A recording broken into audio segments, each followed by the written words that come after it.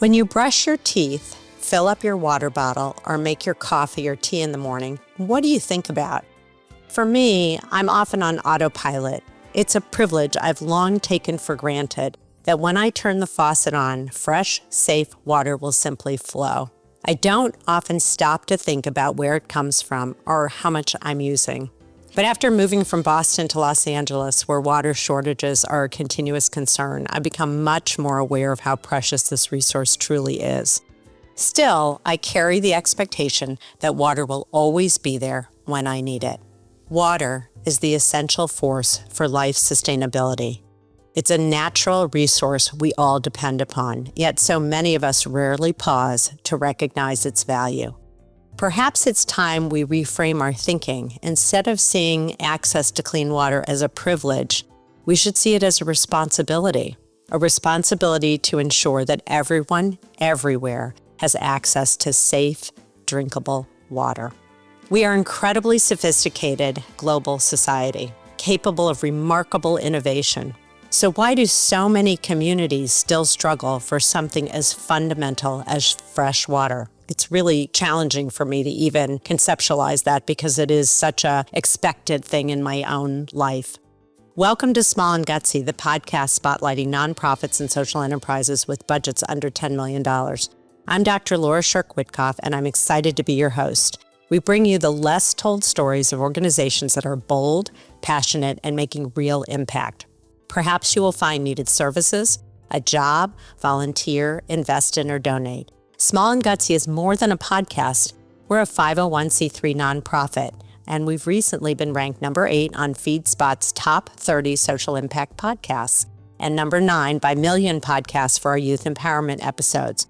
We're proud of these honors, but quite honestly, prouder still of our mission to elevate the visibility of small but mighty change makers. Do you happen to know a nonprofit or social enterprise doing incredible work? Send them our way to laura@smallandgutsy.org.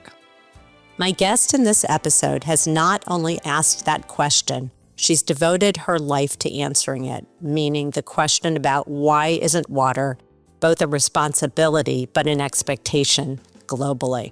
As a child, she witnessed firsthand the challenges of accessing clean water. Young girls missing school to fetch it, women walking for hours each day to secure enough for their families. Those early experiences, together with years of learning and dedication, inspired her life's mission to create Surge for Water. At Surge, they deliver safe water, sanitation, hygiene, and menstrual health solutions through an investment in a women-led, community-owned model, creating lasting change and thriving communities, and it actually breaks the cycle of poverty. And I want to focus on that for a moment, and I know our guest will. It really is a differentiator than just an organization that delivers safe water. The women-led, community-owned model really is an investment in the community, and I am incredibly moved by that creation of that model. They are a movement led by women and owned by communities, and that's truly what sets this nonprofit apart. Their work is guided by 3 core values: equity, focusing on those historically excluded from access, especially women and marginalized groups; respect, honoring the dignity, wisdom, and leadership of local communities; and stewardship, managing every resource with care to ensure sustainable, lasting impact. I am so honored to introduce my guest today, Shilpa Alva, founder and executive director of Surge for Water. Welcome, Shilpa. I'm smiling because you're so warm and engaging. We met briefly a few weeks ago, and your passion is so clear. But I would love to hear a bit more of how your passion started. I did get to watch your TED Talk. I was really moved by it. As a child that never left you, and then I want to know what keeps inspiring you about this work. You're about ready to head out of the U.S. to continue it. So take it from here. Welcome. I'm so honored to have you. Well, thank you for having me. And you just asked a couple of questions, so hopefully I can get to all of them. I started this work in response to, in the simplest form, what I would say is a calling, right? And that calling for me happened at a very young age. When I was 7 years old, I was in India visiting extended family because that was childcare for us. From the time I was like 8 months old, me and my sister would travel with my grandma to India, and we'd be taken care of by our aunts and uncles, my grandma, because my parents worked full time. And my earliest memories go to this age of about 7, where I remember being stuck in traffic, and we were privileged, right? Because we were in a car, an air-conditioned car, traveling. That wasn't a regular mode of transport, but that was the transport of the day. And just soaking in all the beautiful sights and colors and just vibrancy of Mumbai. It was Bombay back then. And just being fascinated by it, but also recognizing things that were different for me, right? Just in the innocent view of a child. And it's at that very young age that I saw children my age, right, without the clothes that I had, tattered clothes, and little girls carrying their little siblings in tow. Like, I don't think I'd ever carried a baby at 7 years old, right? And here, like, there's children doing their thing, like begging on streets and carrying children. So there was just a lot of these kinds of images and, beautiful ones, concerning ones, and all of that. But like what stuck with me is children my age in a completely different circumstance. And then I asked questions about that, but I wasn't really happy with those answers, right? I was like, how do you explain that? Like, how do you explain that to a child? And like, those are moments that stayed with me. But what do you do? I mean, the world wasn't what it is today with the internet, and how you could, maybe a 7-year-old today could do something very different. But back then it was just, okay, this is just a feeling, right? A feeling of injustice and recognizing privilege in a much simplistic view, right? I wasn't that sophisticated at that age. But fast forward, I grew up in Dubai. So that's where I was raised. That's where I went to high school, actually all levels of school. I was born there and grew up there. And then I moved to the United States for university. And I want to say that 7-year-old child like never went away. Like that was like the initial spark, but it was just a spark at that point. It never turned into a flame yet. And then it was all the way in my junior year of college when I decided that I wanted to go volunteer. So a lot of college kids do that. A lot of adults, I mean, post-college people do this. You go on service projects, sometimes they call it mission trips, all of these kinds of things. And I did a 3-month stint or volunteer experience in a village in India called Rajgarh. And it was on that particular trip that my job was to teach like English and math and, work at a primary school and a secondary school.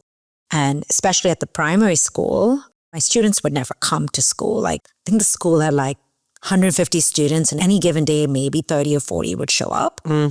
And I started to ask questions about it. And I found out very soon that it was always related to water. It was a farming community. So sometimes it was because the government would bring around these like tankers of water. So if it was your villages or sub-villages, time for that water, all the kids would have to stay home to help with whatever that entailed, right, on their farms. So that was one aspect of water limiting education. And then the other piece, which is what you hear about quite often if you're familiar with the water crisis, is just like being sick, like diarrhea, like throwing up, vomiting, right? Like there wasn't that kind of medical support to like figure out exactly what it was, but you could see the symptoms, right?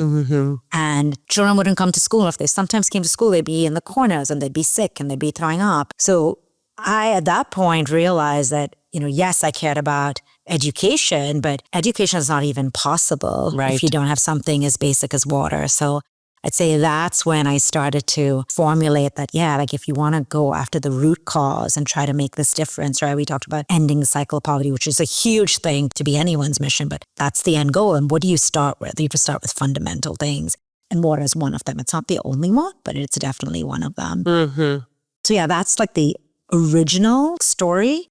And then, of course, how do you turn that into action, right? Like, what do you do with it? So, went back to college, graduated, joined the corporate world. I speak about this in the TEDx talk that you mentioned. And I was just climbing the corporate ladder, doing really well, getting awards, just going after that dream at a very young age. Got this opportunity to travel like in Europe and in South America, and just, I was loving it. And I was spending all the money I was making and partying and doing all the things you do in your mid-20s. And when you have the privilege to do it, I should say, because I want to keep recognizing that I'm speaking from a place of privilege. And that little girl, the 7-year-old girl and the 21-year-old girl came back and was like, hey, like, this isn't the life you want to live. Like, there's something there. You're not living in alignment with your purpose. And I'm fortunate enough that I created that space to hear that voice, because I think a lot of us have it and don't hear it. And I definitely didn't hear it soon enough, but I did eventually hear it. And that's what eventually was like, okay, I need to do something. When I founded Surge, the world was a bit different than today. The internet wasn't what it was. So I didn't just go like, I'm going to start an organization. I looked for opportunities. I looked to volunteer. I looked to join other orgs, which is what I recommend people do because it's a whole different world starting your own. Yeah, absolutely. And I just couldn't find something that spoke to me. And I tried. I was living in Minneapolis at the time. I volunteered and served on boards of local organizations. And my heart was just with international development. And eventually that led to like Surge and the focus starting with water. And of course, we've gone beyond that. It's so interesting because so many people could just stay on a board or write a check. And there was something that just drove you into action where you weren't feeling like the impact was either enough or directed in the right place. And that inspired you to say, I have to combine this idea of community empowerment and potable fresh water for sanitation purposes and for sustainability, both in their farming, but also ingesting it clearly, because you're absolutely right. Kids couldn't come to school, not only because they had that commitment, but they were physically not well. And I'm sure the death toll was quite high in some of those villages around different diseases that they had from unclean water. So you are the type of person that inner voice inside of you said, this is not enough just to write a check to an organization or sit on a board, even though I'm sure they were all doing well. I'm guessing there was a disconnect, not only in sitting sort of in that space, but also in the concept of creating an organization that is essentially owned by the people it mostly impacts. And I'd love to hear more about that point of view, because it's really, it sets you apart, frankly. Thank you. Yeah, so I think there's a couple of things there. Like, I want to just also be very clear that there was a lot of like innocence and naivety in this because I didn't know what starting an org actually meant. I know what that is today. So I think that idealistic, like do-gooder of me, which, you know, there's a lot of complexity with the do-gooders and you can create more harm than good if you don't know what you're doing. Yeah, for sure. But that's how I started. Like, I didn't know what this even meant, right? I wasn't expecting this to be my life's work. I was doing it nights and weekends because I kept a corporate job for 6 years of starting this organization. Because it started as like a side project, right? So I didn't have that clarity and vision that may appear like when you look at Surge today, what it has turned into. But that's not how it started. It started with very little knowledge. I don't have any background in the international development world or water, right? Besides that stint. And of course, like the fortune of like tons of international travel just because of the way I grew up. So I think that was one piece of it. And then, absolutely. There was definitely I was at that self-actualization phase of life, right? Like I got to like my midlife crisis early, if you want to call it that. Like, I was looking for purpose and I was looking for meaning and I wasn't finding that in the opportunities. So writing the check and, you know, while I was doing well, like, well, how much of a check can you write at that age? So maybe that wasn't enough for me. But I think it was more than that. I think for me, it was really that drive of I needed to feel fulfilled in a way. So it was quite selfish, right? Like you want to be like, that was like, I was going after that self-fulfilling thing. That's how it started.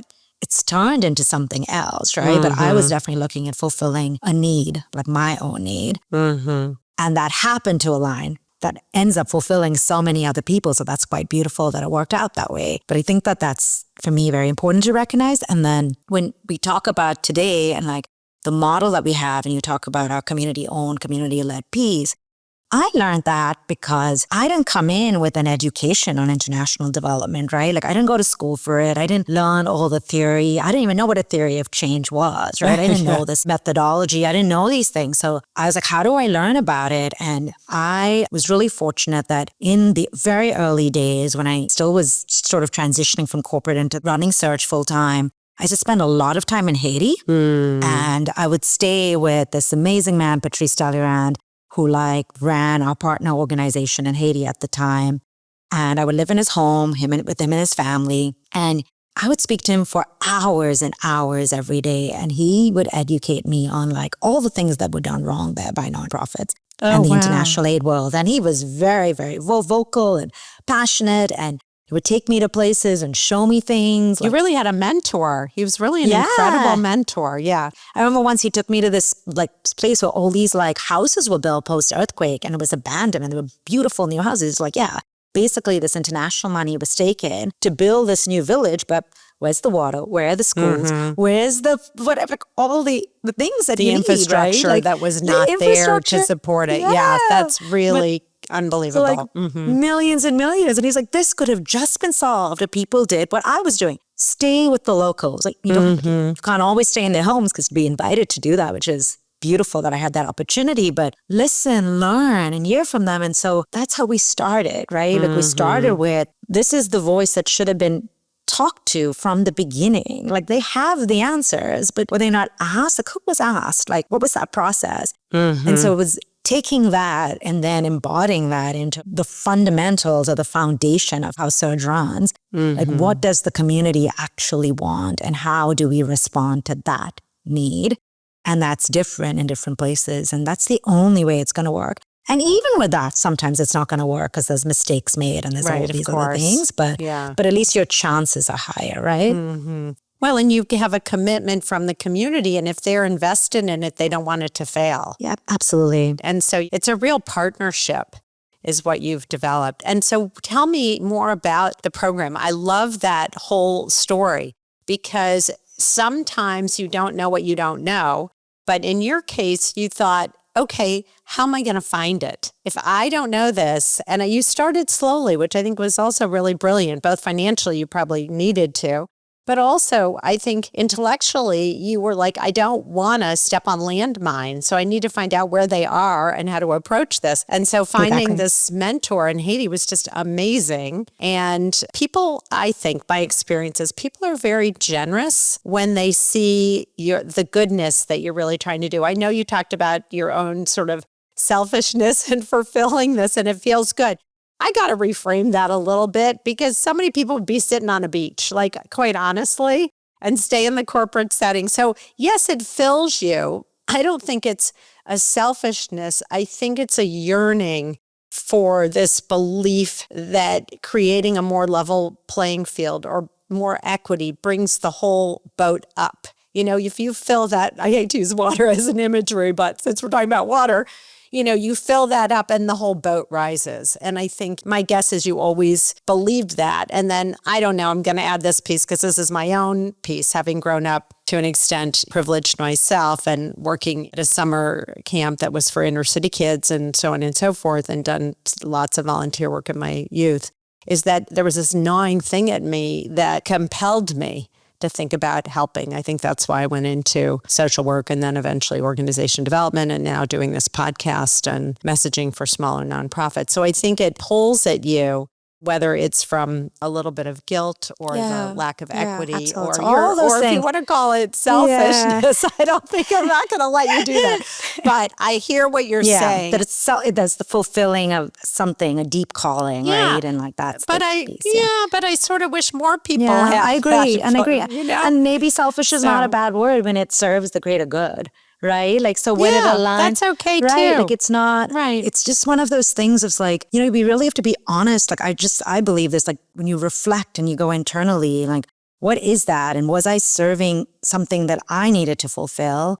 And yes, and because of that, then I'm overflowing with this because I'm so fulfilled and I'm able to do all these things. So it worked out so beautifully, but it did start with responding to my own calling, right? Yeah. And yes. What are the reasons for the calling? You're absolutely right? There's so many layers of that. And being compelled to help other people, of course, was one of the biggest ones because I couldn't stand to see that injustice.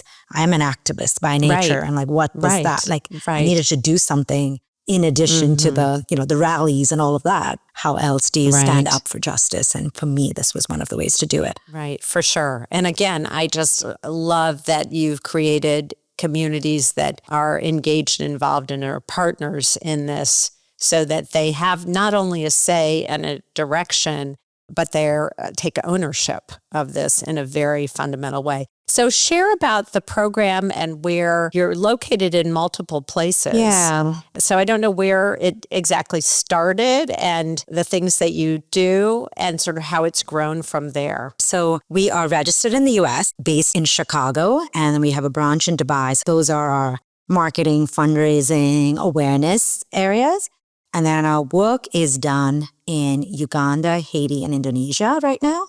We have been in 12 countries. Wow. But we intentionally, about 5-6 years ago, reevaluated where we were working, what we were doing, and we decided to go deeper. And that goes back into what we do, right? So we call it Water Plus. So it's like comprehensive water solutions. So it starts with water, but it goes beyond. And it includes toilets, so sanitation. We do toilets primarily in schools and in healthcare facilities, with the ultimate goal where, really everyone should have a toilet, but because of funding, we're starting at community situations. And then we include hygiene in there because, there's 3 billion people in the world who don't have access to soap. Right. So providing it's amazing, soap, but right? with soap, we don't do any consumable products. So for us, for soap, it's more about educating communities how to produce their own, because soap is really expensive and it's actually cheaper to produce it. And then also it can be an enterprise. So several people who've learned, we've helped start several women-run enterprises in Haiti. And so that's the hygiene piece, where we also do education on just general critical hygiene practices, which includes things like, like how do germs spread? Like if you see water and it's clear, it doesn't mean it's clean. Like there could be germs in there. Like those kinds of things, which is required globally, not just in the places we work in. And then to bring it all together, because of our women-centered approach, we notice that a lot of young girls are limited because of something so natural and so basic as their period, their menstruation. And this is because of sometimes of a lack of products. It's because of social taboos. It's because of no toilets. It's because of no soap and no water.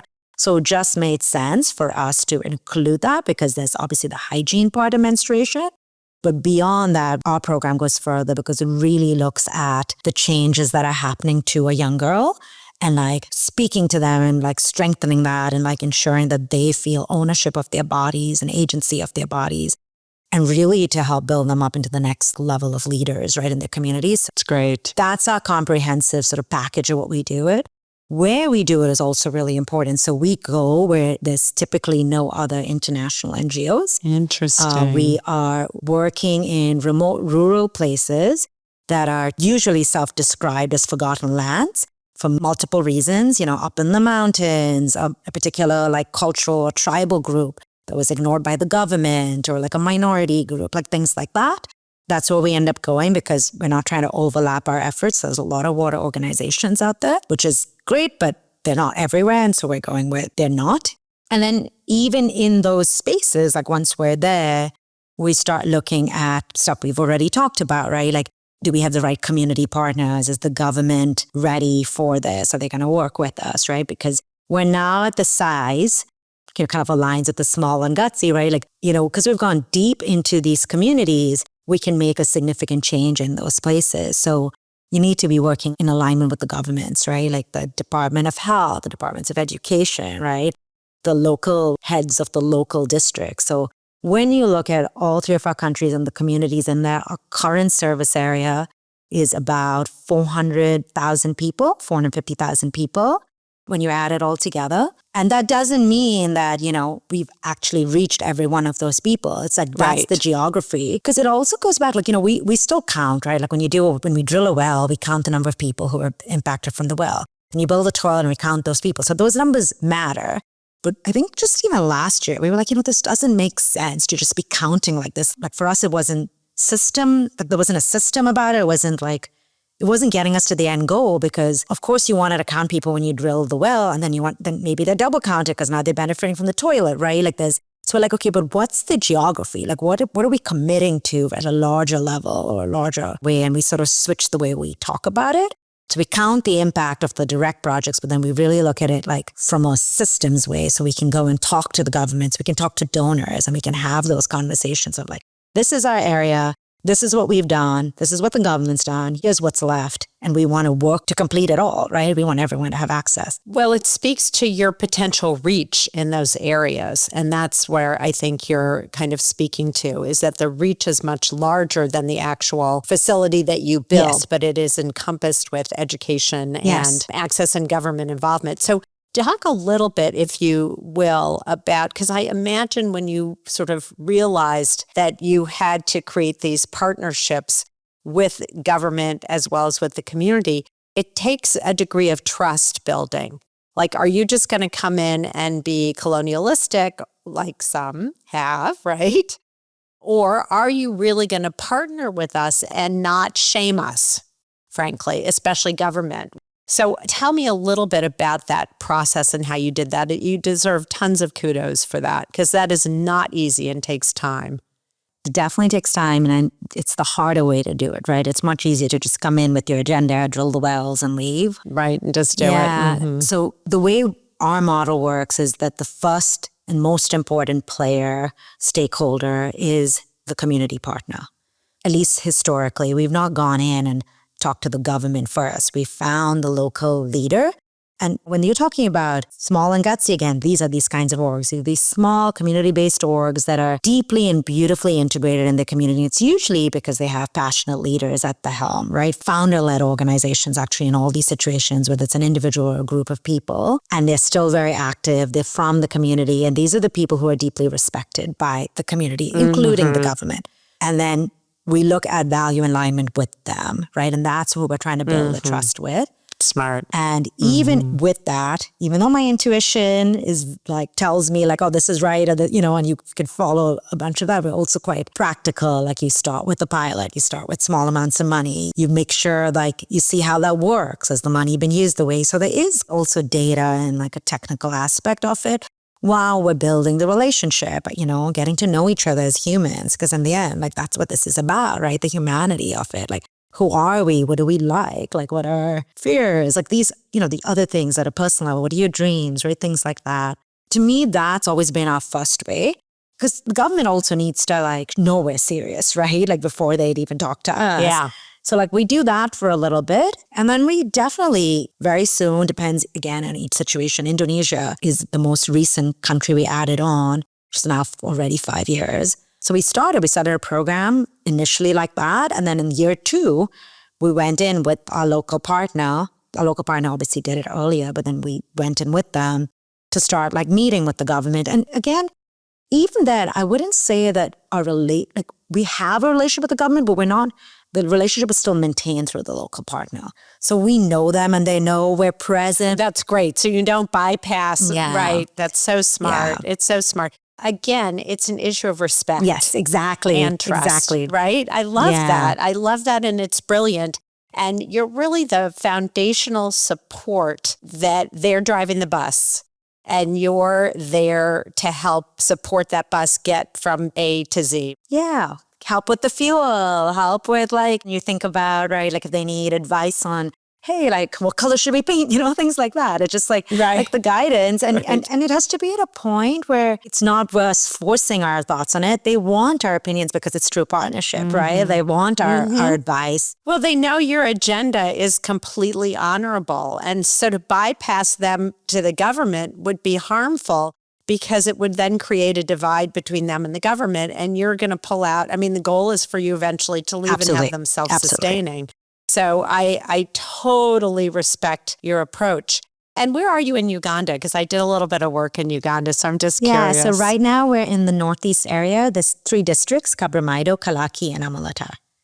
It's on the banks of Lake Kyoga. So if you were in Uganda, it's like south of Gulu, north of Kampala, like things like. Yeah. So I was in the Kampala, a little bit in the outskirts of Kampala in Namugongo, actually, was the village I was sort of connected to in surrounding area. Cool. So it's really interesting. And they are very clan focused, at least tribal. When I was there. They told me that it was clan, so I sort of use that word. That may not be the appropriate word. And so it was very interesting how they would be able to tell a person by their name or by the look of their features what clan, in their language, what clan it was. And so they weren't always so welcoming of other clans. It was really interesting to see that dynamic at play because from an outsider's point of view, you're Ugandan. That isn't necessarily true inside. So I love that you've really done your homework through both your experience and the mentor in Haiti who sort of walked you through. And to me, what it feels like is you're an incredible listener and you really do go in with this open heart. And people must feel that. Yeah, I hope so, because that's the intent. And I also want to add, so in addition to that mentor in Haiti, which was incredibly valuable, the other thing is I'm fascinated by history. I'm super interested in the history of almost anything or everything. So I would sit every night and read whatever I could find about the history of Haiti. And I went all the way back to like the first colonizers and like all of that stuff and like read through it. And fortunately, there's a lot documented about Haiti. Now it depends who wrote the history. There's a whole thing there. But so that's really important. I did the same for Indonesia, right? Then of course at that, you're reading and you're learning at a country level.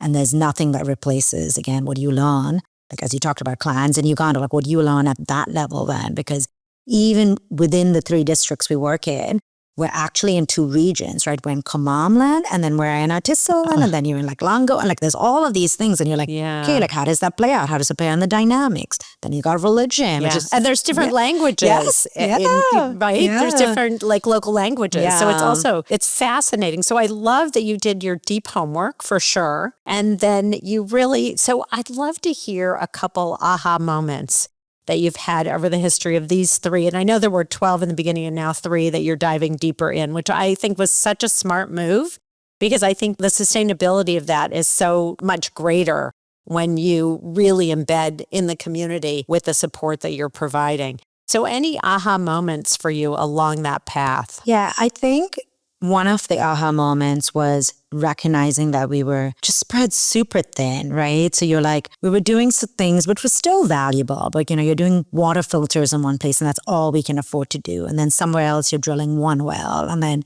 we were much smaller than we are today when we had 12 countries, right? So it's quite interesting. And then I think that combined with, when you see the comprehensive challenges related to water, when you see the water access is not on its own enough, like if people are still like defecating in the open because there's no clean toilets or no toilets, then that feces is going into the water, right? And if you don't have soap, right? So we weren't able to support comprehensively because our money was in so many different places, right? So it was both of those. And we were, and some partnerships had their natural end, so it worked out well, right? But for different reasons, because we have worked on strengthening partners where they've no longer needed us. And so sometimes some of that happened and it started to make sense. And then it became more deliberate. So it's an interesting thing because it's not for me at least, it wasn't like a single like, oh, we should, like it was a bit organic. And then you're like, okay, let's take action on it. And I'd say, even this week, we're actually, this is really exciting. So like we're in the process right now that we're looking at expansion in Uganda. We're looking for other partners. And we're now at a size where the kinds of partners we talked to 10 years ago when we started work in Uganda were tiny like organizations because we were also tiny. And now we're at a much larger size. We're still very small, but for a community-based org, the kind of funding that we put in would be 20 times, 30 times what a community-based org's budget is. And so we're like thinking of other things like, would it be cool to perhaps take some of these small women-led organizations that may not be like our long-term partner that's drilling like hundreds of wells or something like that, but could we help them get to a higher scale for what their vision is? Like, could we have more partners in the mix and sort of have this feeder because of all things we've learned in community orgs? Because we don't want to leave them out, but they can't be our main partners anymore because of our size and scale. So is there something different we can do? And it goes back again to community ownership and meeting people where they're at. So we're just playing with that idea right now. So it's kind of exciting. I love that idea. Very. And it also sounds, if I understand this correctly, that they could also serve to create their own leadership. And so therefore, it's like a pebble in water. If you create a mentorship opportunity for them, that's what I think you're saying. And I love that because then you're building this community concept that doesn't remain only in that community, but then could be built out from these other kind of smaller women-led organizations. And they'll have their own ideas of how to have an impact based on what their needs are, what they feel like their needs are within their community. And so that will naturally grow, both organically, but with direction. So I love that concept. I think it's really incredible. And it sounds like your approach is you yourself are open and it's iterative.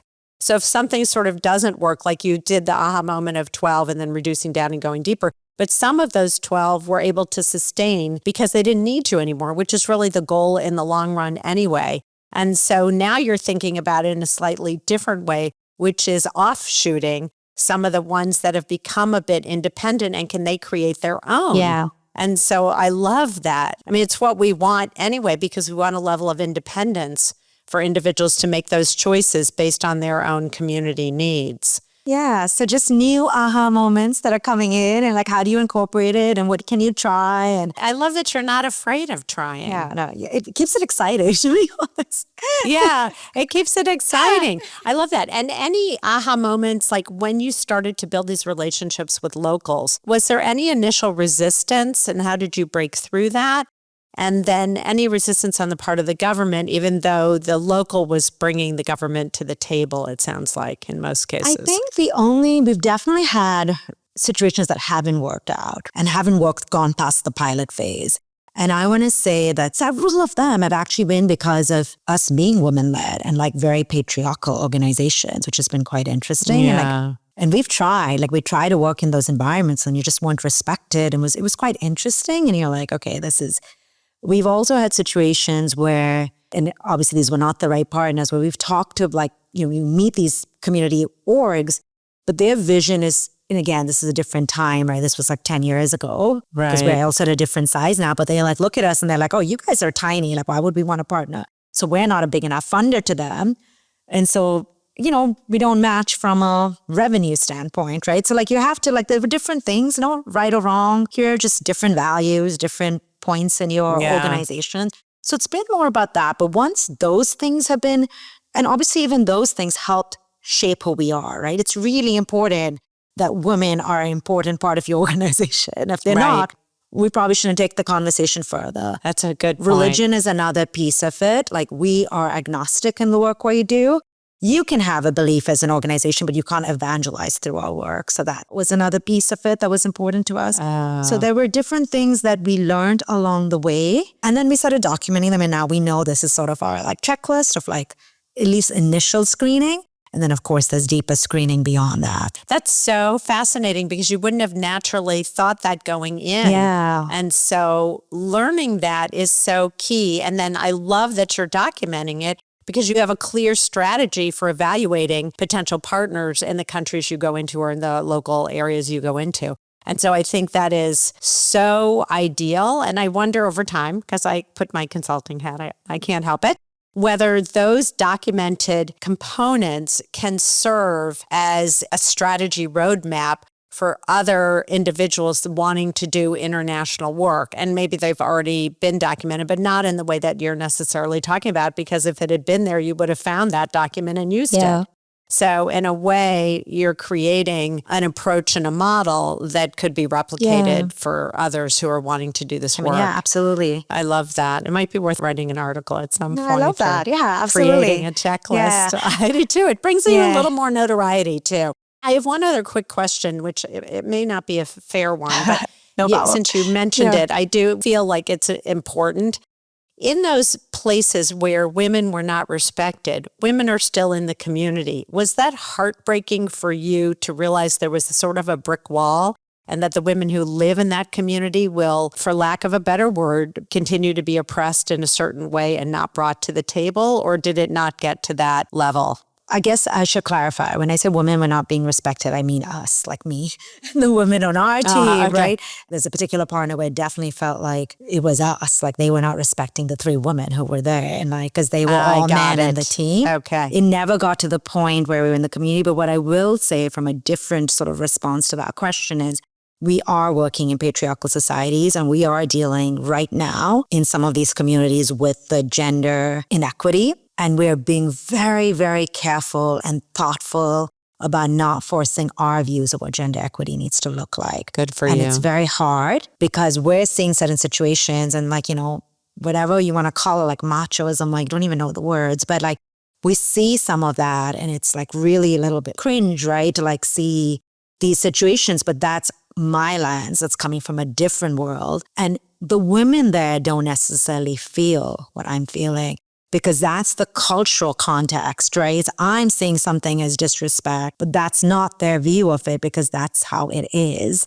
And I'm not talking about gender-based violence. That's a whole different conversation. I'm just talking about societal. No, that's a different issue. I get dynamic. it. So the way those are our team, we've been talking about this quite a bit because we're actually dealing with the situation right now. And I want to be really gentle with it because I don't want to force our views. And also it's not going to be sustainable. Like, what does that mean if you're like, oh, right, treat people like that doesn't make sense. But how do you really have these open dialogues, create the space, find out from the women, like, you know, what lens are we viewing this from? And then we have to be comfortable with, like, that's just a different lens there. And like, you can't, I don't know. So we're figuring that out. Oppression means different things. Totally. And I love that you said it's really in a cultural context. And you have to be respectful of the women. If they're not feeling it, you don't want to impose that. Create more problems. What if we could even create more problems? Oh, it does. Because you're leaving and they're going to suffer as a result. So I guess the way I might think about it, and I so appreciate the clarification because it is so important. As a team, if you're not respected, you can't go in and partner. So that's a given. I get that. I think that's beautiful. And I love what you said about the cultural aspect of it because it's so important because our lens is so different. We're from a lens of privilege, and even in our own privilege, look what's gone on in our privileged world with, you know, gender inequity and whatever, equal pay and blah, blah. We could have a whole separate discussion on that. And so I wonder if the approach is women have survived in those environments. And again, we're not talking about violence, we're talking about the cultural hierarchies, so to speak.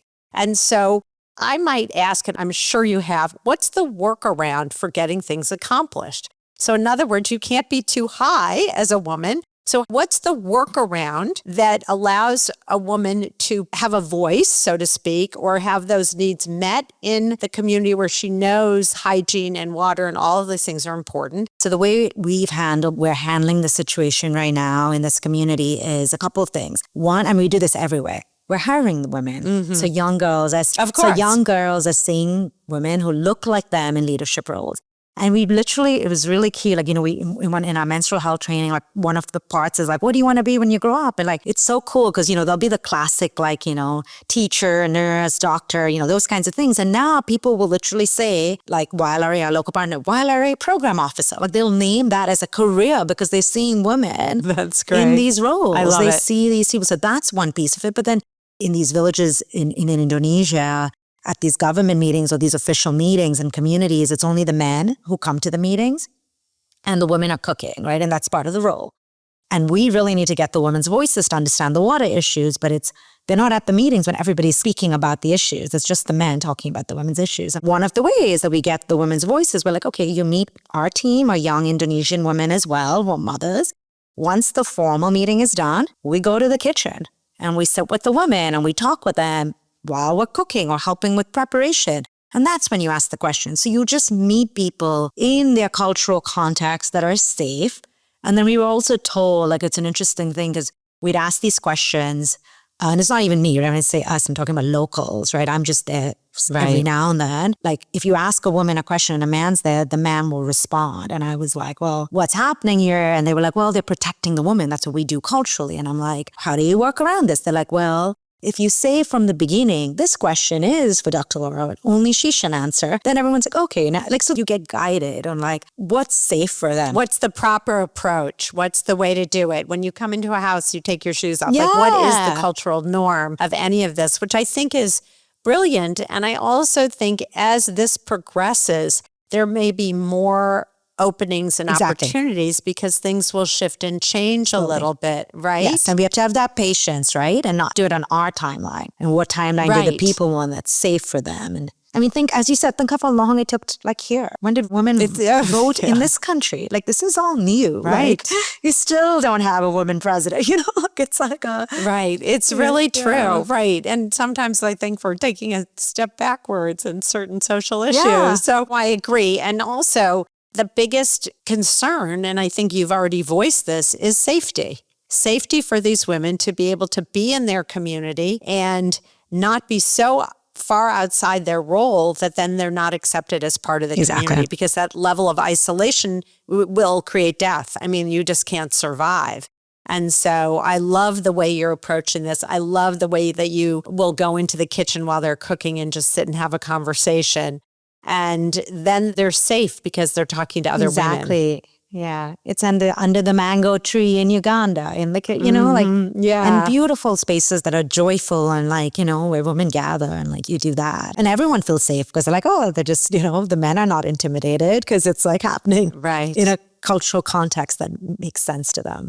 But I will say it's also being okay with that discomfort, because there'll definitely be things where it feels a certain way and then these are parts of growth for us. It's still a work in progress, I would say. I hear that. And how do you manage that? How do you process that for yourself with your teammates? We talk about it. We reflect on it. We don't always have the answers, but when we had these concerns, and then, together you're like, okay, how do you do this? And then we come up with ideas, we try things, but we just make sure that within, we're sharing these conversations and these values, and then making sure, especially as the team grows, what does that look like and how do you do it? How do you address it? I love that. Again, I'm going to go back to the word iterating, because you're very organic in nature, but you're an outstanding listener because you really are processing this and working with the community around their limitations, but also recognizing your own lens and acknowledging your own discomfort in things that just don't feel or sit right for you.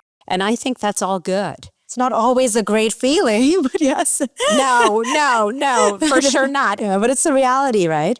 Right. It's a reality. And you're not talking about violence. That we are not going to be tolerated. And that also happens in related, but there's no tolerance for that. Right. There's a boundary, a clear boundary around that. And I think men sometimes are afraid of powerful women or women who assert their power, and yet they're happy to eat the food, happy to have a relationship, happy. Yeah, so there's a lot of good that comes out of women-run industries, and as long as men feel that they're still in charge in that context, if that's part of the culture, then that sort of is. And I guess it begs one more question before we go into our quick and gutsies at the end of the podcast. Is when you teach a woman, for example, how to make her own soap, and then she might want to develop a cottage industry and be able to sell it. And does that need to be sanctioned by her male counterpart? Or is that something that she can do for the village as a money-making, as a resource-generating piece for herself or a group that she creates? How does that work? That's a great question, actually, that we haven't had to deal with in that way, because I feel like there's so much poverty in these communities that it has felt like any opportunity for any member of that family to make money is acceptable. I wonder if it's already being filtered at the stage of who's coming to the training. But it's a great question. And to be honest, I don't know if I know that. So I don't know how to answer that, but it's a great thing to consider, because we always want to think about are there problems created? But I think, we have limited funds from how many people can come to the training. So it's probably already filter down. Sort of self-selecting in that way. Because it's already the enterprising women, right, who are I want to come and learn this skill. And then they're the ones who are going out and doing it. And those women are already badass and Right. And they could be great mentors as you talk about expanding in certain areas. And then they would hire other young women. Women-run little businesses. Exactly. I love it. And I might even ask them the question, are there other women-owned businesses in the region, and how do they operate, and do women only purchase from women, or will men come and purchase as well? I mean, asking it sort of in a roundabout way rather than a direct way to make it sound like, oh, I hadn't thought about that, maybe I should be worried. Don't instill worry where it doesn't have to be. But I really love what you're doing, because it's an all-encompassing program, and it's really based on the region and their needs. And there's some basics that are covered everywhere. And then you're really building out the next gen. That's also in terms of what I'm hearing in terms of mentorship. So I applaud you with the loudest applause that I can, because you really could have approached it in such a different way. And I love that it's not just water. And I really want to emphasize that. It is way more than that. And that is a fundamental resource. And I shifted it from privilege to responsibility, because I wish more people felt that it was a responsibility for us to globally. It just felt comfortable for me. So I'm glad you were okay with that. I love that. So are you ready for our quick and gutsy questions? I'm not sure what that means, but we'll find out, I guess. We do a round at the end of every podcast, and they're fun. And usually we get a few little pearls. And if you don't have any answers, say, I don't have an answer for that one. It's totally fine. So what is at the top of your wish list for Surge? And I don't know if you call it Surge or Surge for We call Water. it both. We call both. Yeah. Okay, good. Because I know it is searchforwater.org, but then Surge. Okay. So what is at the top of your wish list for Surge? However, the answer can't be money or funding. I would say that more organizations, more community-led, community-owned organizations gain independence and stand on their own, and more come through that pipeline, right? So where, yes, water and Water Plus is our mission and the work we do. But if more organizations can graduate from this program, I think that would be on the top of the list. Well, that helps you grow and spread. Exactly. And reach more people, right? Like much more, because each one is going to go out and do their own. Yeah, I love that. If you were to think of a song that describes Surge for Water, what would it be? I know songs that describe me, but I don't know about Surge for Water. Well, it could be one and the same, as we sort of established early in the podcast. The funny part is I've been asked this question before, and the first song that came to my head was Crazy by Gnarls. People were like, what? I was like, I don't know. That's what comes to my head when I think about my life. I think that's what we're going to use, because when you think about the path that you were on, it can feel a little crazy in a good way, right? Yeah. It's like, that's a good thing. I also think it's good for me and Surge is Girl on Fire. Oh, I love that. Yes, that's great. Perfect choice. Yeah. Girl on Fire. I love that. Keys, such a perfect song.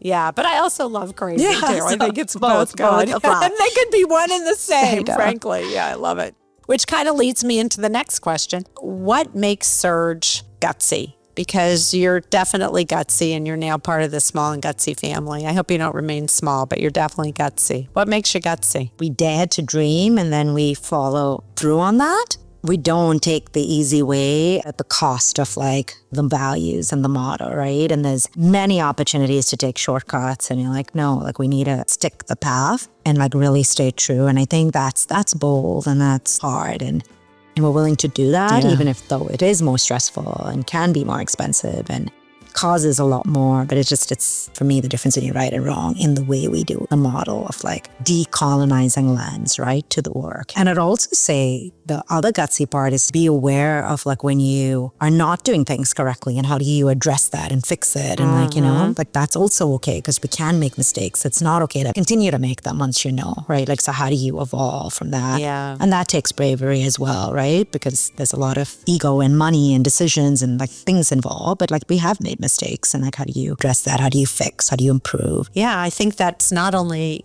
courageous, as you said, I think it's very gutsy. I think it's also really gutsy, as you talked about before, when things sort of feel cringy or your hair stands up on the back of your neck and you're like, okay, what lens am I looking at this through, and how do I really I can set my own boundary, but I can't set a boundary for somebody else if it's culturally inappropriate at this point in time. And so I love that. I think you're gutsy in a lot of ways. What is something that outsiders or even a few insiders don't know about Surge? I think everyone knows we do water because our name is Surge for Water. And now I think we've said enough about our comprehensive solutions.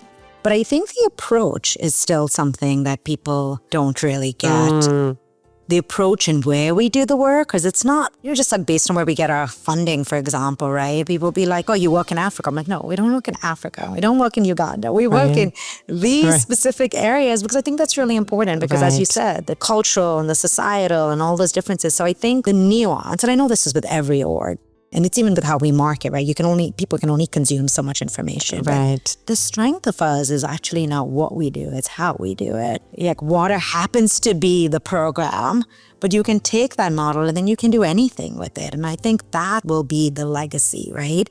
Beyond the yes, we've provided the access, which is really important, and not diminishing that, but it's the how. Beautifully said. And I think the how is also teaching other people the how, because that is part of your model, which is amazing. And so you're really creating a legacy beyond the folks that you're impacting at this very moment today, which is really, it's beautiful. If you could get one celebrity or influencer to talk about Surge and spread the word, who might that be? I really don't know. That's the one but if I'd happy to take suggestions. Just be a good person and like align with our values and you're in. People can send you ideas, right? Or if any influencer hears this and says, oh, I'd love to be a spokesperson for you. In fact, why don't we say anyone who wants to talk about Surge, please do, okay? So if you have some potable water, drink it and talk about Surge on your Instagram or on whatever your social media platforms are. So what's the best way for people to find out about Surge for Water? Where do they go? I'd say a website, but that's static because that's, the information there is, a good way to learn about us. But definitely the social media pages. It's just at Surge for Water and all your classic channels are on LinkedIn, Instagram, Facebook, and X. So definitely. So it's Surge for Water? Yes. Great. Yeah. And your website is searchforwater.org. Yeah, that's the best way. And I'm also always open to people, again, if you want to be an influencer for us, for example, you can reach out to me. Like that's the other way. LinkedIn is the best way to do that for me. Perfect. And when they find you on LinkedIn, through your name or through Surge? Through my name. Great. Okay, so you're going to get hopefully a lot of LinkedIn connections this way. Yeah, I love it because it really is what you're representing and what you're doing. And so the greater you spread the word, and that's what we're trying to do at Small and Gutsy. So I just want to take a moment and thank you for this incredible conversation. I learned a lot, and it was such a pleasure to connect with you. And I clearly love what you're doing, and I love the how, which is what you really talked about. So thank you for being part of the Small and Gutsy family. And I hope small becomes less and less and it becomes big and impactful. Thank you so much for this opportunity. And I really appreciate it for you taking the time and creating this platform and giving us a chance to speak about the work we do. It's really a passion, just like yours was a calling. This has become mine as of late, and I'm really grateful that I get to meet people like you who are, in fact, changing the world. And I admire you so much for that. So, so it's great. Yay, thank you. Lovely to meet you. Please go to smallandgutsy.org to check out all of our episodes. And if you're so inclined, please purchase some Small and Gutsy merchandise, consider sponsoring an episode, or making a donation. Both are tax deductible and help keep us going and spotlighting these great organizations. The opinions and viewpoints expressed by our guests are independent and don't reflect the position or views of Small and Gutsy. Of course, we can't take responsibility outside of our own vetting of the organizations we interview, so before you sign on to support or work for them, we encourage you to do your own due diligence and research them as well. I want to thank my partners in this endeavor, the Intrinsic Group, the donors, the sponsors, and my incredible board of directors, Brianna Carmichael, John Gatto, Lucy Mello, Ari McCoy, Melissa Greitz, and Serena Rajabian, who believed in me in this project enough so to sign on to support this effort, and all the folks, friends, and family who have guided and inspired me. And thank you for listening. Together, we are spreading social impact, and you can help us. If you like this podcast, please share it with your friends. And don't forget to email me the name of any organization you feel would benefit from being interviewed. From small and gutsy to big with impact. I'm Dr. Laura Shirk-Witkoff, and thanks for listening.